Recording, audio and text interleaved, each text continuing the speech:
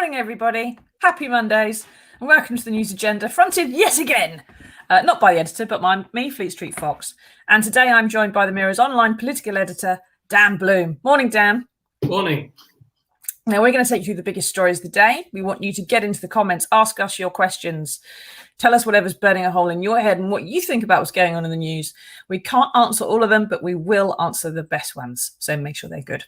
Now, what have we got today? Well, the Mirror is splashing on events in Manchester, where the community in which Marcus Rashford grew up has responded to racist bullying after he missed one of the penalties in the Euros final on Sunday, with an outpouring of support. Racist graffiti on a mural of local hero Rashford was covered up, and in its place have gone laminated hearts, messages of hope, letters from school children about the inspiration they took, not only from his campaign for free school meals last year, but also his bravery in stepping up to take a penalty in the first place.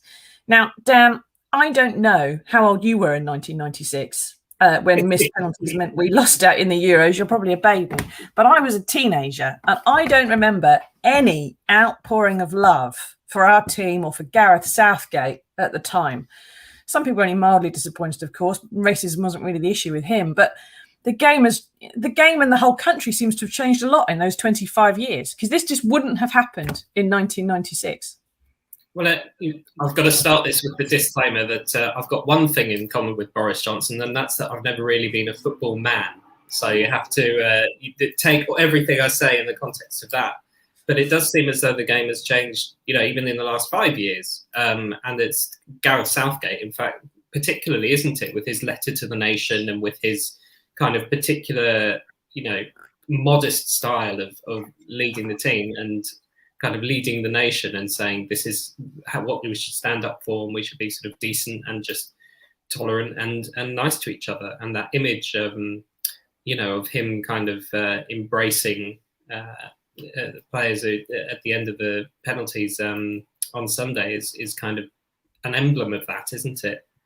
Yeah, there were some similar messages and similar images, I suppose, after 96, an iconic one of Southgate sort of being devastated after missing the penalty. And I should say, by the way, it's Wednesday, not Monday. I'm reading out part of last week's script. But in case anyone's worried that you've missed a couple of days. But there just wasn't, there was a huge amount of national disdain for the squad we had in 96. We've got some pictures that we found here today of some old front pages from the time. If you remember, we had Teddy Sheringham in the team, Paul Gascoigne. They were led by Alan Shearer. But there you go. This is before one of the matches. This is the infamous Barber's Chair incident where Gazza and Sheringham and can't remember the other guy, Ginger, were basically sinking spirits before a match, only a day or two, when they should have been training. And there we have, the country's biggest paper at the time saying, disgraceful, look at Gaza, a drunk oaf with no pride. And this is the same Gaza that they worship now, of course. But I'm sure the Mirror wasn't much different maybe at the time. But we have changed in our attitude to the team, and the team has changed in its attitude to the game, it would seem. Steve Turner, they're saying, Gareth Southgate is the epitome of a good man. It's rubbed off on his players. And they seem to be a fairly decent bunch, not the normal working class scrappers that we might expect to be in football. We've traditionally expected. They're working class, but they're good, decent, well brought up lads, as most of the working class are. It just makes it. We've got a nice team and a nice manager, and something cruddy's happened. But we now seem to have a nice nation to go with it, which I find quite it's a surprise, but it's nice after the past 5 years that we've had of rowing about the culture wars. Does this mean that the culture wars have just, there's been a turning point? We've changed the tone? The bad guys are on the back foot? Well, I was about to say, Susie, don't worry, I'm sure it won't last, all this outbreak of people being nice. But I think a little bit. So as the reader, whose name I now can't remember, said, being nice has rubbed off onto his players. It rubs off onto the nation as well, because it's that basic principle of if you're a nice person, people can't help being nice to you, mostly, apart from the sort of the racists who've crawled out from under their rocks in the last few days.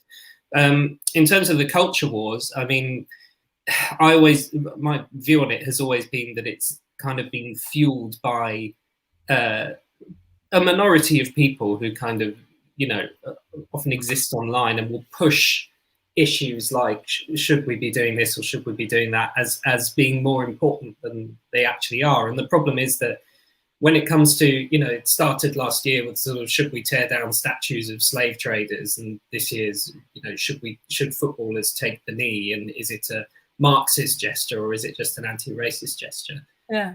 These Does things it matter? Does it hurt anybody?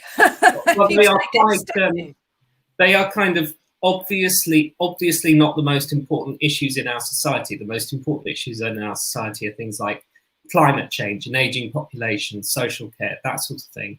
But the problem is that because people have such fixed and firm views on them on both sides, they become a huge issue of debate. And, we in the media end up discussing them. I'm not sort of counting us out from this. And it becomes this sort of self-fueling cycle of negativity. The more you discuss the culture wars, the more fixed you become. It doesn't make you compromise or see the other side. It just takes you further and further and further apart. Deirdre says, Gareth and his England team are a credit to the whole of the UK and the world. Fantastic young men. Well, this was the point I was going to try to make, is that hopefully not the victory, but, we got so close of the England team, and just the good grace of the England team and the great things that, Marcus Rashford has done with child hunger and all the rest of it, will kind of slightly break that cycle and just make people stop and think, actually, let's not argue about whether someone's got down on one knee. The important thing is the issues here. We all hate racism and we all hate children going hungry, and let's not sort of argue on the toss about exactly how we tackle that, which is the point that Boris Johnson's trying to make. The problem is that Boris Johnson is trying to make that point while saying actually taking the knee is a sort of a Marxist gesture connected to the Lives Matter political movement, which is just fueling it further. So not helpful, Boris, if you watch this. Yeah. Now, on page 6 and 7, the headline on the spread is "A Beautiful Defiance." And Mirrorman Brian Reed, who's a big football fan, went to Withington, where Marcus is from, to talk to people at the wall and taking part in this. I suppose it's an anti-racism protest now. One of the people he spoke to, a guy called Icahn, said, "This feels like the win we didn't get on Sunday," which I think is a lovely attitude. And another woman who left some flowers, left a note, said, "I won't apologise for sending flowers to a man I don't know, but I will apologise for the small percentage of on this island. Love from the large percentage." So it does seem like there's more of us than them, which is always nice to know if you're having a war. But there does seem to be a bit of a switch, because the government has spent much of its time stoking this argument, criticising people for being woke or is taking the knee, all that kind of stuff. And Tyrone Mings, one of the footballers, has called out Priti Patel's hypocrisy for condemning racism that he says she stoked herself by saying at the start of the tournament it was wrong to take the knee. Another backbenchers had to apologise for criticising the guys who were taking penalties. Ex-ministers, Tory grandees have come out and said, as Mike says there, it's interesting to see some Tory MPs are still deciding who should and shouldn't be allowed to have political opinions. But some Tory MPs have come out saying, this is the nasty party again. This is not what the Conservatives should be about or be associated with. And now, Dan, we got in that story Priti Patel's spokesman saying she's working every day to clamp down on hate crime, racism, and violence, whether it's her own or someone else's. He didn't tell anybody. Now, Dan, you're a Westminster native. Are they going to have to change the way they're dealing with these Black Lives Matter issues and other things, or are they going to struggle to adapt, do we think, to this new tone? I think the problem is that they are simultaneously wanting to obviously not anger the England football team, who are probably the most dangerous people in the world to anger at the moment in terms of swaying public opinion, and not anger sort of Tory backbenchers and people on the right who kind of view this issue almost in the abstract of, we shouldn't be pandering to the culture wars like we've just talked before. So they have a delicate balance, but the circumstances might force them to change at least their tone a little bit, because it's a very dangerous situation. You've got this news going back and forth, and I should point out it's been denied that that Number 10 had sort of put back or cancelled a reception for the England team. It seems what Number 10 is saying is actually the FA made clear that they wouldn't want a reception, certainly not straight away at Downing Street if they lost, which is what happened. Oh, okay, yeah. But you know, there are certainly sort of some conversations about, well, what's the worst case scenario here for the government in PR terms? What would happen if they had some kind of event hosted by Boris Johnson for all the footballers, and the footballers decided to actually, one of them decided to make a point about Boris Johnson. Decided to take the knee at the photo call. Leave Boris standing on his own. Do it, lads. Do it. And at the moment, because I asked you about this at the press conference on Monday, Boris Johnson's line, he's gone from calling it a gesture sort of last month to now saying people should be free to express themselves against racism however they wish, and people should not boo that. And but he doesn't say whether he would do it himself, and I very much doubt that he would. And of course, he's free not to do that as well. So he's still treading a slightly delicate balance of saying, you know, we're totally anti-racism, but then they've said things about taking the knee being a gesture and sort of dismissing this act, even though it's been done by the England football team, not by, you know, protesters not just by protesters in Whitehall and that kind of thing. I can't imagine a time that Boris Johnson would ever have been on his knees for anyone or anything. Same way I can't imagine him ever putting his head under the bonnet of a car. I don't think he's ever done the washing up, you know. I just don't think he's that kind of person. Now, Karen says, taking the knee reflects a united team in the country. Keep doing it. At the bottom, it's an individual choice, says Michael Webster. That doesn't make you a racist. Get a grip. Quite right. Some people, of course, can't get down on their knees. They're a bit stiff or a bit creaky, or they don't want to.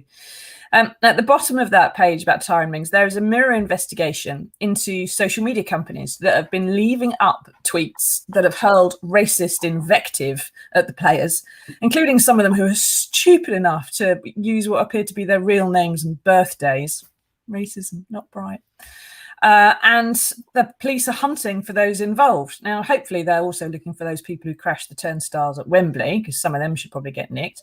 And Yvette Cooper down the right-hand side there has written about the need to tackle big tech on this, Dan, because they're big enough to take down copyright songs, she says. They're quick enough to do that, but they don't do much about hate crimes. So why won't the government act, or why can't they act? What's the problem? Well, I swear I've read, it's a very good column by Yvette Cooper, and I swear I've read the same column by Yvette Cooper about 5 times. She says that she took screenshots of a load of racist and you know, rule-breaking comments on, I think it was Instagram this time, reported them to the social media company, and a couple of days later they were still up. This sort of thing has happened again and again, and you've had reports of I think it was Instagram saying, and correct me if I'm wrong, that monkey emojis were okay in some situations against black footballers and that kind of thing. And I think the problem is that, once again, the government is having to tread a slight line between freedom of speech in the abstract and the reality of what people are using social media companies to do. And then, of course, there's the thing on top that if someone leaves a comment, you know, if someone were to post something racist right now on this video on Facebook, Facebook, the giant company in California, isn't going to instantly know about it, and neither is perhaps the Daily Mirror, which hosts the page. So apparently the Prime Minister delivered, and I hope I can say this at 9 in the morning, a bollocking to some of the social media firms yesterday, but it seems some of the reporting is that actually they were in a Downing Street garden party for something else anyway, and he just carved out a bit of extra time to sort of tell them to get their act together. Well, he's done that before, doesn't he? It doesn't make any difference. Well, yeah, the final point is, having covered, you know, this same kind of Groundhog Day story for a few years now, is the thing I always struggle with a little bit as a reporter is that it's often you know, politicians in government saying we need the social media companies to do something, they need to take responsibility, but the exact mechanism of how that's going to work is not always clear and is not always worked out, and kind of sometimes when we do get into the mechanism, actually it presents all sorts of problems. So I think that is one of the issues that's kind of holding this back. And the social media giants say, well, we are improving all the time, but you just look at the results. You know, if racist comments are staying up even after they're reported, that's something's going wrong. Yeah. Now, Judith says, it would have been exactly the same if the penalty misses were white. Stop going there with the Black Lives Matter. Judith, everything we've just talked about, the tweets, the Instagram posts, the racism, the police investigation, the crime committing would not have happened if they were white, because you don't get a load of abuse for being white. No one says to you if you miss a penalty. No one said to Gaza or Teddy Sheringham at the time, you know, you're an albino or something. The kind of abuse that these players are getting is based upon their skin tone. And that is actually a crime. So it does matter, and it is an issue. And as I was saying earlier on, of course, the abuse that the players got in '96 was pretty bad. And it was, a lot of it was led by the media, but they were getting a lot from the public as well. I think some of them were saying they were pretty difficult to, you know, get out and actually go in public afterwards because they were getting a lot of abuse from people. So it's nice to see that most of the country do still get the fact that that's not the way to behave, and the media as well. Now, we've got another story to talk about, which is a rebellion that happened in Parliament yesterday. Now, Theresa May, who has followed the Tory line for 24 years, she's never voted against the whip in all that time. And that's the kind of thing politicians are proud of. If I'd had a 24-year career in which I'd been constantly obedient to my boss as a journalist and just as a boniface and a human being, I'd be ashamed of myself, Theresa. But she said she's finally voted against the government in a 3-line whip last night. She said this about their foreign aid cuts. She says this isn't about palaces for dictators and vanity projects. It's about what cuts to funding mean. Fewer girls will be educated. More girls and boys will become slaves. More will go hungry. And more, the poorest people in the world will die. So, Dan, how did the rebellion go? Not very well. Because Theresa May was leading it. Well, she does seem to be cursed, but it's extraordinary that you had a speech that strong, and it really was one of the more powerful and convincing speeches I've ever seen in the Commons. Andrew Mitchell gave an equally excoriating speech. He's the former aid minister, and a whole host of Tory grandees lined up, and you still only got 24 rebelling, which is not enough. Boris Johnson has an 83 working majority, so you know you can do the maths there. It's not enough. And this has gone through. So the essentials of this is that the last year they cut the aid budget from 0.7 to 0.5% of national income. They said they would put it back once the economy was okay again after COVID. Now they've set up this kind of quite complex test about how much we're borrowing that Theresa May says has only been met in 1 year in the last 20. So they'll keep the cut as it is now until that sort of quite obscure test is met, and that is very bad news for the poorest people in the world. But it's just, it is interesting that the rebellion was as small as it was after all that, because more Tories, 30 of them, rebelled a couple of hours later in a sort of surprise, something that we didn't expect to be quite such a bum fight, on compulsory vaccines for staff who are going to care homes. They're saying that it's too broad, and it's going to cover boiler repairmen and delivery men who want to walk into a care home. They're going to have to prove they're being vaccinated. And there's all the civil liberties grounds. So it's a real issue of priorities here. You know, both issues are important, but actually the one that was billed and that is billions of cuts to the world's poorest people and will lead to deaths directly, hundreds of thousands of them, it had fewer rebels. And there's some talk last night, although this hasn't been proven, very prominent Tory Damien Green said it was that some of the more junior or the more ambitious MPs were swayed away by having jobs dangled in front of them in the future. And we of course know that this is a way that people work in Westminster, as they say, well, if you vote against this, you can kiss goodbye to any hope of having a ministerial car in the next. Yeah, you know there'll be a reshuffle in a couple of months, don't you? Job. So it'll be very interesting to compare the list. There's a list of about 10 Tories who signed an original, amendment a few weeks ago, and who then didn't vote against tonight. So it'll be very interesting to just keep vague tabs on them. We're not conspiracy theorists here, and just see if they happen to get a job in the future. And if they don't, then it's completely rubbish and it wasn't true. And if they do, then we'll take that. Now, Mike says there was a vital constitutional point about last night's vote. An Act of Parliament was annulled by a simple Commons vote. These changes usually need amendments to the Act, debates, laws, accession, etc. Johnson is overriding our unwritten constitution. Is he right, Dan? Yes, more or less. I think Mike's been reading an interesting thread by the Shadow Attorney General. Lord Falconer, who's made this point in excruciating detail, and I was reading it at midnight, so I apologise. Is essentially the 0.7% aid target was such a big thing for David Cameron that he did make it an Act of Parliament, which is the most powerful force of law in the world. Now, you can change an Act of Parliament with either another Act of Parliament, or if you really want to, something called a statutory instrument, which is like a very small... See, he was reading the Shadow Attorney General. You can change it with something called a statutory instrument, which is a much less scrutinised but still legally effective law. What happened last night was neither of those things. The Treasury just made a statement to Parliament, and MPs voted to have considered the statement. So now you've just got a statement to Parliament saying we will not obey the law, we will do this instead.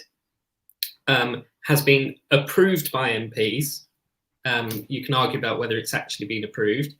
And then that will override the law. And that gives the government cover to say, well, we don't have to obey the law on this. So it's interesting that they didn't just do it in the normal way. And it does raise a question about whether you might get some of what Boris Johnson has called those campaigning lawyers leading a court challenge in the coming months. I'm sure there will be plenty of people out there who'd be willing to give this one a crack in the first thing I've thought of there was judicial review, because a court is going to be asked to consider whether the government needs to obey an Act of Parliament, or if it wants to overturn it, to have another Act of Parliament in the way that's guaranteed. And that obviously, but it takes, if you're Boris Johnson, that just moves you further towards being able to blame the lawyers, blame the judges, bring it back to, do we want to give money to brown people, and continue stoking the culture wars and keep your popularity going with your base for long enough perhaps to get you through to, it's going to take years for that kind of thing to come to court and go all the way to the Supreme Court. So he's got a lot of arguing to do there, which he can only benefit from, I would have thought. Well, you've hit the nail on the head, is that whether or not true, or as partially true, they've made the judgment that a lot of Conservative voters, or people they want to vote Conservatives, fundamentally don't really like us sending so much money away from Britain, and they'd rather it was spent in Britain and not on people overseas, even if those people aren't dying of hunger, which is true of not all aid money, but a reasonable amount of it. So, there were some Tories saying that actually in the seats where they're battling the Lib Dems, which does apply to a lot of seats, this is going down like a truckload of the proverbial on the doorstep. I think Andrew Mitchell said there's an aroma exuding from under our front door as a party. But in non-sort of Lib Dem battle seats, perhaps they're thinking that actually a lot of people will say, it plays well in the Red Wall or something. Too big for too long. So it's quite cynical politics, unfortunately. People left and right, as we've seen by the rebellion, believe in the aid budget as something that actually goes above left and right politics and is about our position in the world. And John Major put out an excoriating statement saying that this is more Little England than Great Britain. Yeah, and it's not just, if anyone who's still got a problem with foreign aid, it's not just about giving food to other people who should be feeding themselves or something like that.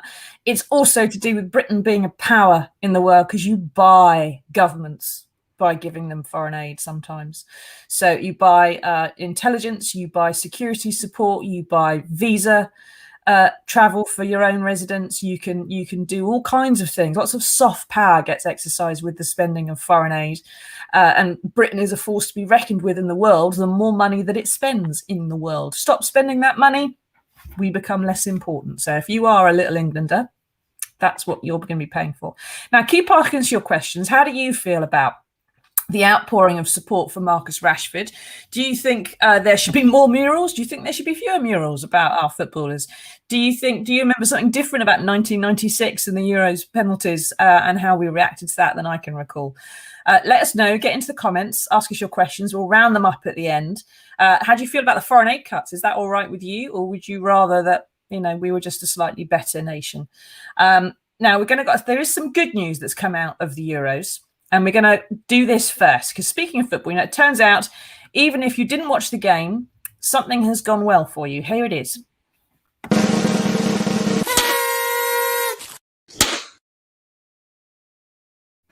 Now, Samantha Young didn't watch the footy. Her husband watched every match in the group stage. What an animal. And completely abandoned her. She had nothing to do, so she sat down with a glass of Prosecco, played a lottery game, managed to win 20 quid, spent it on a couple of Euro Millions tickets. Was trying to occupy herself idly while he was busy watching whatever, Andorra against Lithuania or something. And it turns out she thought before he went to bed, she checked the result. She thought she'd won £1,000. Quite a good night, really, you'd have thought. Turned out next morning, no, it was $1 million. She's won £1 million by not watching the football, Dan. Now, I didn't watch the football and I didn't get £1 million. Did you watch the footy? I did, even though I'm not really a football guy. So that's where I went wrong. I'm not going to watch it in future, am I? Obviously, no one was playing the lottery. You've increased your chances, haven't you, if no one's playing it that day? So I love Samantha. This story has so much to it. She says, I thought it was only £1,000, even though I'm a chartered accountant. But she's such a hero. She's a mum of two. She's the main breadwinner in the house. She sort of, diligently and valiantly carried on doing everything while her husband made her a football widow. And now she's got the most sensible plans for the winnings ever. They're going to buy a couple of nice holidays, pay off the mortgage, and put the rest in long-term secure investments. That's the accountant speaking. Which I have to say is what I would do if I won £1 million. But, good on her. It's always nice to see people happy after so much gloom in the last year, isn't it? Yeah, usually when they do the publicity for these things, I'm sort of with my head in my hands, even as a journalist, going, oh, please don't tell the journalists about your life, because you're going to get loads of people now coming asking you for a share of your money and telling you they've got cancer and all the rest of it. And actually, I think this has played out quite well for her, and I hope it stays that way. Well done, Sam. Thank you, Dan, for joining me today. Thank you, everyone, for watching and taking part. Thank you, Mike, for the constitutional lesson. And we will be back next Monday for another edition of the News Agenda, and hopefully some more happy events in which the government has continued to be on the back foot. Let's keep our fingers crossed, shall we? Bye-bye, everybody. Have a nice weekend. See you on Monday.